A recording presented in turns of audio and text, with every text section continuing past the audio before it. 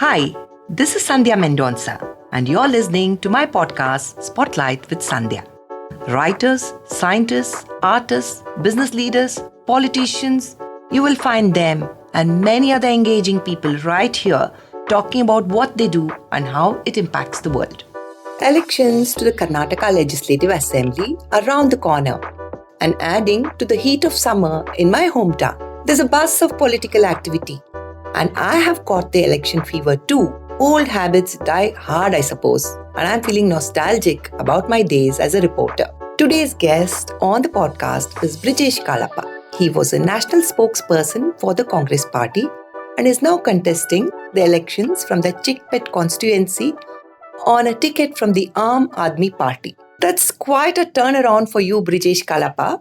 But before you answer that, tell me about your days in the Congress. How long were you in that party? Sandhya, I have spent 25 years in the Congress Party. And 10 of those 25 years, I was the national spokesperson of the Congress Party. And it's been a long ride in the Congress Party. You held several high posts also, and you were also legal advisor when the Congress was in power in Karnataka. You had the rank of a Minister of State, and you represented the state in the Kaveri, Krishna, Mahadayi river water disputes before the tribunals and the Supreme Court. And yet, the Congress Party didn't reward you with a ticket to become a legislator or an MP. Do you feel bitter about it? No, actually, I think if you understand the reality of it, there's no question of feeling bitter because the Congress Party, like every other political party, assesses how deep your pockets are. And it has not been my life ambition to earn money in politics because whatever money I earn in my profession is fairly good enough for me. And I don't want to sully my own reputation and my own commitment to doing something seriously for the public by indulging in bribery and corruption. So therefore, naturally, I don't have the kind of deep pockets which are necessary to contest elections. So for instance, in Chickpet, where I will be contesting, the going rate by the standard of the three candidates likely to contest is they're all spending over 100 crore each. And what am I spending? I'm spending 25 lakh. And the point is that people are sensing that, look, here comes some change. And the same kind of change happened in Delhi, and it's also happened in Punjab. So hopefully at some point, if not this election, maybe the next time around, we will see change with certainty in Karnataka also. Okay, so, I'm holding this pamphlet in my hand where you describe yourself as an advocate in the Supreme Court of India and now a social change maker. What is the change that you're trying to bring about? The first thing is that the kind of change we require in society involves us saying that, look, we don't want to involve ourselves in bribery and corruption. Now, the citizenry has become a part of the whole cycle. It's time for us to say enough. No more bribery, no more corruption. And if we are to truly become a developed nation, right? And developed countries, I'm not saying are completely bereft of corruption. Mm-hmm. There may be corruption at some level, but it's not all encompassing as we are today. If one goes to get a khata, you pay money. If one goes to get a death certificate, you pay money. If one goes to get a motor vehicle license, you pay money. If one goes to any government office, you are rest assured there is some extra fee attached to it, right? So this is what is driving the citizenry up the wall. And they've been saying that, look, we are paying our taxes. We are paying every conceivable tax, GST, direct tax, indirect tax. If you buy a matchbox, you pay taxes. And over and above that, you pay money for you to ease your comforts. So really, you see just look at the large number of people who are leaving the shores of the country and going away. It's a matter of great concern that when you're not happy in your own country, right? For what reason are you not happy? You're not happy because the basic requirements are not available to you and they're available only at a price. So this is what is painful. If a person has a plot of land, right? and he wants to have a nice hotel on it. It's adjoining his house. If he has to go and get that land converted, he has to pay a huge amount of bribe. So, I mean, the point is that it's so dissatisfying that you're doing something on your own property, you're paying your taxes. Where do these additional charges come from? And this is what is resented by the public at large. And that's the reason many of the public have actually started taking money from candidates. If one is assured that, look, we are not going to, you're not going to have any additional charges apart from what you are already set out to do, I think it makes a citizenry feel so much more comfortable and so much more involved in the system. And they'd like to genuinely give back to the system, which doesn't try to fleece them. So, corruption, as we know, has become institutionalized. And you're saying that, on the one hand, even loyalty to the party did not work out because you were supposed to pay for a ticket to contest. And you're saying the voters feel no shame in taking money to be asked to cast their vote. So do you think you really, I mean, your intentions are very good, but do you think you're really going to be able to break this? No, we've broken it in Punjab and in Delhi. In Delhi, when an ordinary mobile shop worker defeats the chief minister of Punjab, Mr. Channi, in a direct election, it's saying a lot, Sandhya. That change is happening. And people are seeing that, very ordinary people are able to become MLAs. Not somebody's son, not some millionaire's, scion. This is not the kind of profile that the Aam Aadmi Party has. Of course, we do have a lot of educated people, but a lot of our cadre are extremely poor and come from extremely humble backgrounds. So therefore, there is a change happening, and I was always conscious of this change. And at the very beginning, I've been very critical of the Aam Aadmi Party while I was in the Congress Party. Right, you called it the B team of the BJP. Yes, you also said that. Yes. No, I don't. I'm not shying away from what I said, what I did, and all that. I've genuinely had a rethink, and I've seen that when Chief Minister Arvind Kejriwal, when he says, even after 8 years in power, that I'm Kattar Imandar, it really electrifies me. This kind of cynicism about clean politics and so on and so forth, it's actually just cynicism. So there is something genuinely happening on the ground. The people of Delhi have seen it. They voted the same political party 3 times over. So if they were hypocrites, they could have rejected them.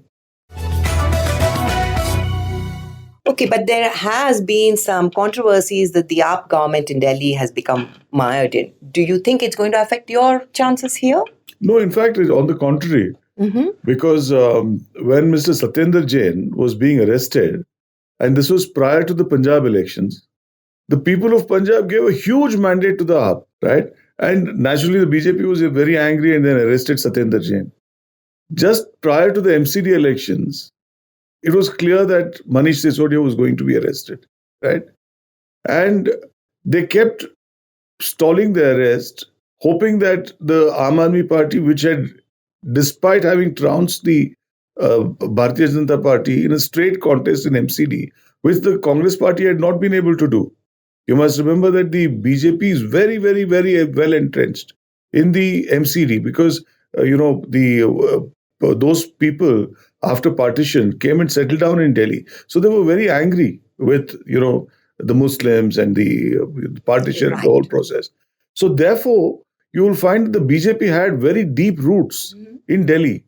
But the Aam Aadmi Party defeated them in the MCD. And after that, the BJP kept hoping that, look, they might just hand it over to us because we have scared them into submission. But when the Aam Aadmi Party won the mayoral election, it was then that they swooped down and picked up Manish Sisodia. So on the contrary, it's actually working to our favor because you'll understand that here in Karnataka, when a Madal Virupakshappa is caught, he's found with 8 crore cash. There's not one rupee of recovery from either Satyendra Jain or from Manish Sisodia till so far. So they're trumped up charges? No, I'm saying, but the moment these people are involved, then the entire gamut, the CBI, the Enforcement Directorate, the income tax department. Everybody comes in. But when a Madal Virupakshappa caught red-handed with 8 crore, he is given bail instantaneously. And a person like Janardhan Reddy, right under the nose of demonetization, he spends 500 crore rupees for the wedding of his daughter. There's not even a CBI, just an investigation on him. Nothing. There's not even an income tax, just a inquiry. Nothing. Similarly, when Santosh Patil, a VHP worker, he names Ishwarappa and he commits suicide. No CBI, no ED, no IT, nothing. When another contractor names Arvind Libavli and says that he was responsible for my death, no CBI, no ED, no IT. So CBI, ED, and IT are reserved for opposition parties. And you've seen how Rahul Gandhi is now being treated.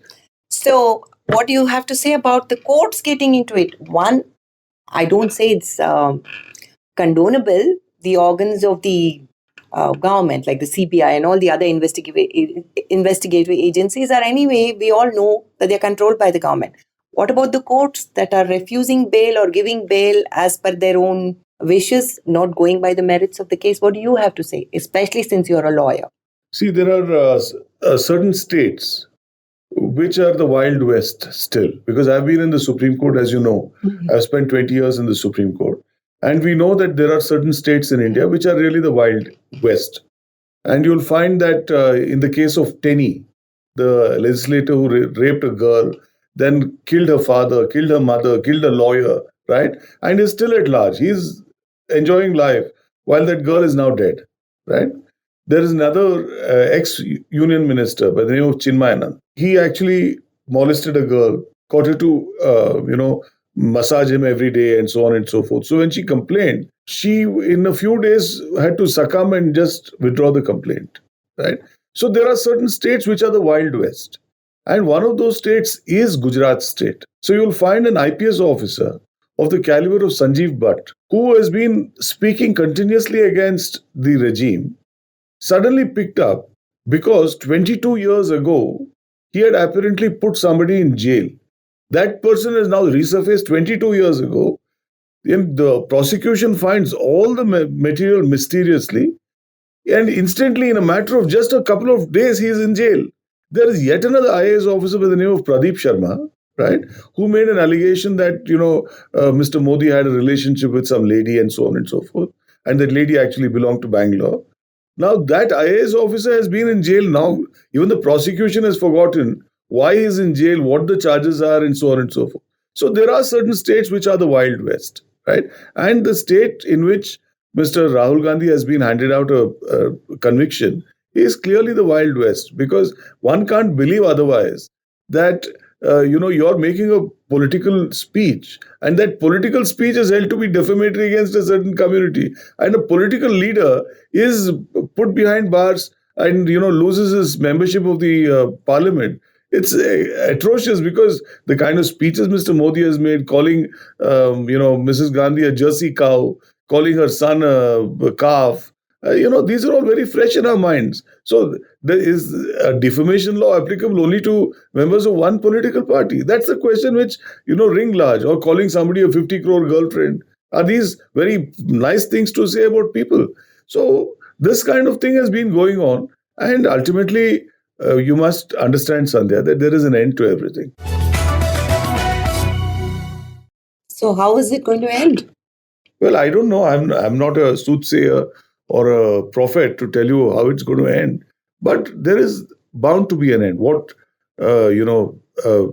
there is injustice on the face of what we see, clearly, I think that injustice is bound to come to an end. Because there is a rule of law.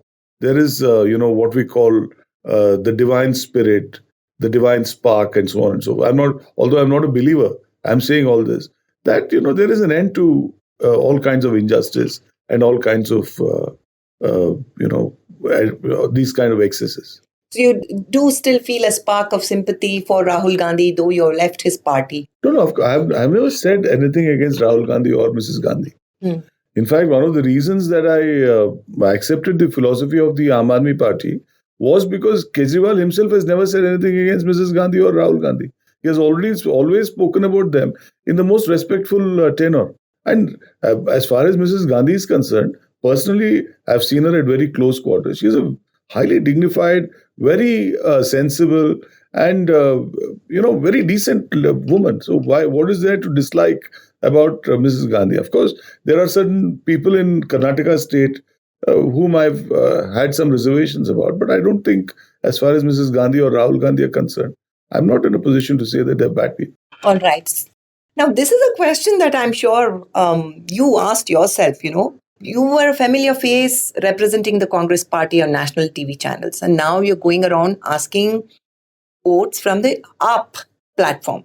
Does it confuse the voters, or is it an advantage to be so closely associated and be famous in a way? No, Sandhya, see, if you ask me, I think you say that I'm not famous.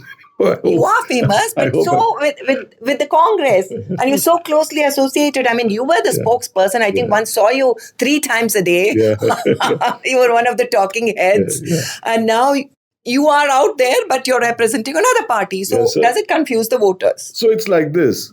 I think a person's score is known to everybody. Because, I was sitting with this middle-aged couple, and we were watching television. And, I was very impressed with one spokesperson for a political party was saying. And at that time, the lady who was a teacher, she said, "Isne to bahut paisa banaya hai, ab ye bol raha hai, itna bol raha hai." So one thing I realized over the years is that public sab janti hai.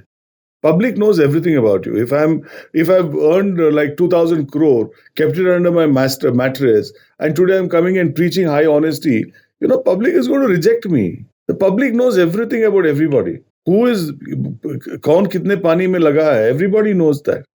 So there's just no question of lying to anybody and coming up with fanciful stories and saying that, look, I've been an honest guy and all that, despite having earned money. So therefore, people already knew that Brijesh Kalappa is a straightforward chap. He's a truthful guy.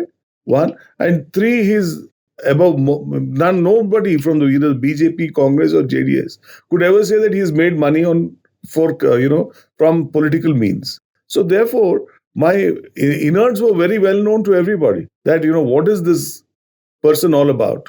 So therefore, I don't think, and that fit really with the AAP ideology. If in fact, I gave credit to the AAP for not asking me how deep my pockets were, for not asking me who my father was, right? Which is very important in other political parties, because otherwise, can you imagine a Yediyurappa and his son getting tickets, right? Or similarly in the Congress party, dozens of such instances. Who are you? Which leader are you close to, and for what reason?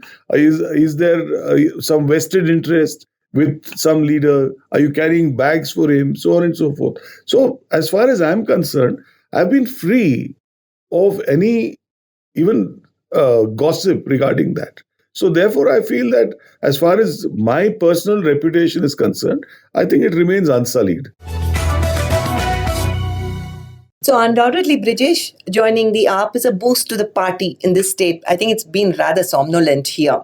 But what about your chances? You're up against a very formidable candidate, the sitting BJP MLA Uday Gardachar. No, I'm up against, there are 3 candidates. Okay. One is KGF Babu, who has promised to spend 350 crore for one election, right? And the other candidate is possibly R.V. Devraj, who is a seasoned war horse. And the third candidate is Uday Gardachar. But in my forays to the constituency, I can assure you that Uday Gardachar seems to be on a weak wicket, because I think he has clearly made himself unavailable to most of the constituency in the last 5 years. Hardly a occasion when he has stepped into the constituency. As far as Devraj is concerned, he has certain problems which he has not been able to overcome since he lost the last time in 2018, right?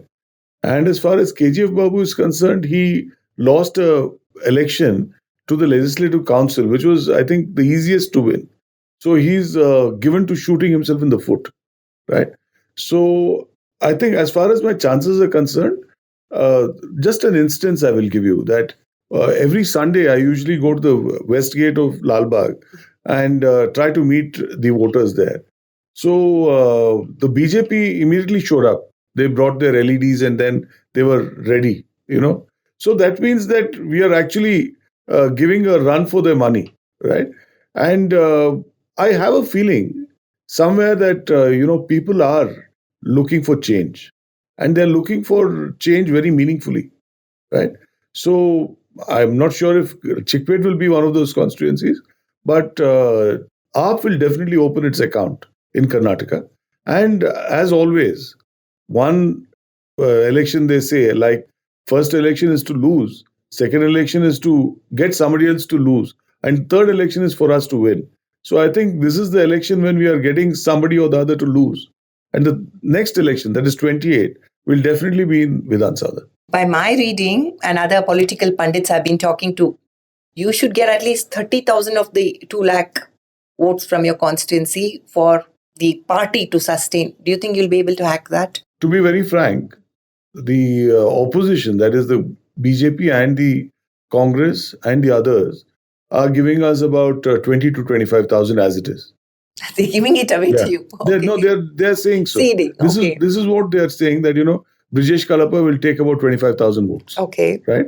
So if you're saying that our target is 30,000, they're already saying that, Brijesh Kalappa is likely to get about 25,000 votes. Okay. So if God favors us, right, and if the constituency, which is largely middle class, feels that maybe we require some change in the form of a decent candidate, right, maybe some miracle can happen. All right. So I want to go back to the time that I first met you.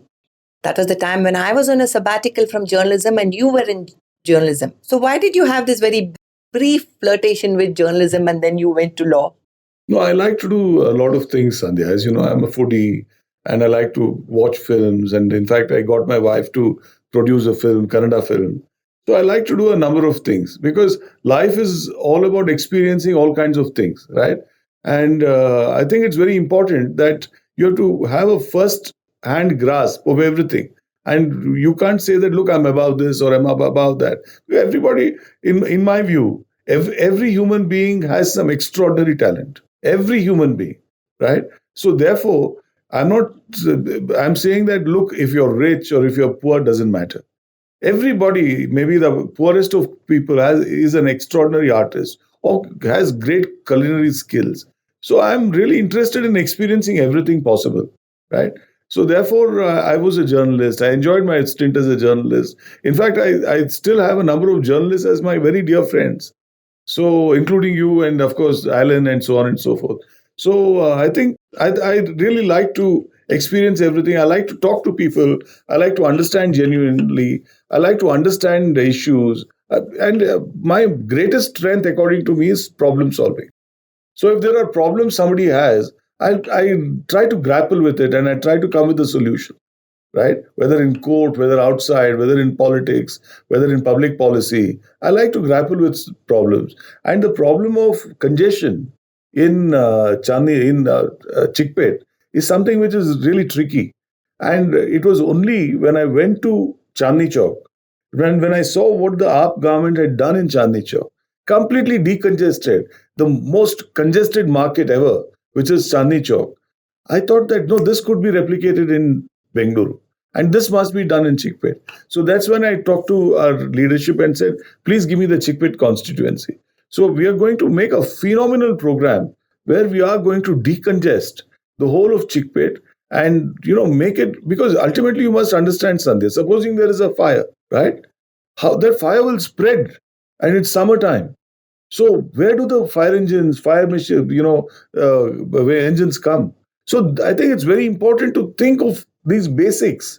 And one and two, to also ensure that business runs smoothly while all this is on. I think it's one of the most cramped places in Bangalore. Per square foot must be, I don't know, maybe shared by 10 people. No, absolutely. And why is there no solution coming out?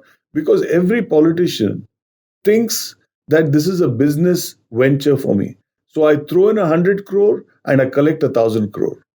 So this is why there is no solution so far. You've got to walk the hard talk, as they say. Well, I'm willing to. You're willing to do that. And so far, like you said, I have a long reputation, and my reputation has remained unsullied. So nobody can question me on my commitment or on my integrity. So therefore, I have absolutely nothing to fear, no baggage to carry. My heart is absolutely clean. You had a very successful legal practice, right? I mean, you were with Kapil Sibal. Even earlier, you worked with Fali Nariman and other legal luminaries. And you had a really good life, which was giving you a good income. Why do you choose to give that up and get into the hurly-burly of politics? At some point in time, Sandhya, you realize that, look, how much worth does money have? What additional comfort does it bring to your life, right? There is a certain amount which is good enough for all of us, right? So, of course, you can earn 200 times that money, but you're not going to carry it with you. You're not in the afterlife. You're not going to carry that money. So that's done. Once you earn that money, that's done. What are you concerned about? You're concerned about your own comforts, basic comforts, and that of your children, right? Beyond that, how much money do you earn and for what reason? Well, that's a question that I always ask about other politicians, but it seems there is never any end to the amount of money that people want to make. This is something which Palkiwala told me. Palkiwala told me this. And he said that I'd gone to interview him, just like you're doing to me now. And I asked him, we were talking about money. And he said, Brijesh, if you have not earned that money rightfully, that money will never stay with you. And it's absolutely true. It's been true so many times that, I see instances, because I'm a keen observer of life. And I've seen several instances, several cases where people, they try to earn money and then somehow they lose it. So you think it's a case of karma, though you said you're not a believer? No, I'm not a believer in God in the sense that I don't go to a church, temple, or a masjid. But there is a divine force, definitely. There is some divine force. All right. So I would say that, if the Chickpet initiative happens, decluttering happens, it would be a great thing for Bangalore and it could be a role model to decongest the rest of the city. So are you going to be committed to it, win or lose? Are you going to be doing this? No, like I told you, I think I made it a point that win or lose, I'm going to contest from the same constituency in 2028, right? And if we don't know what the ways of the Almighty are. If by chance I lose, right? This is my promise to the people of Chickpet that one day or another, which is maybe 5 years down the line, when people at large decide to vote for the Aam Aadmi Party, that definitely my promises will be fulfilled. That sounds really good. And I wish you all the best. It would be really nice to see uneducated professional committed to improving the society, make their mark, and open the innings for AAP in this state. Thank you for being on this podcast, Brijesh. Thank you so much, Sandhya. Thank you. Always a pleasure to meet and interact with you. And to our listeners, I hope you enjoyed this episode of Spotlight with Sandhya. Do subscribe to the podcast. I would love to hear from you. The links are in the bio. I'll be back soon with another interesting guest. Until then, take care.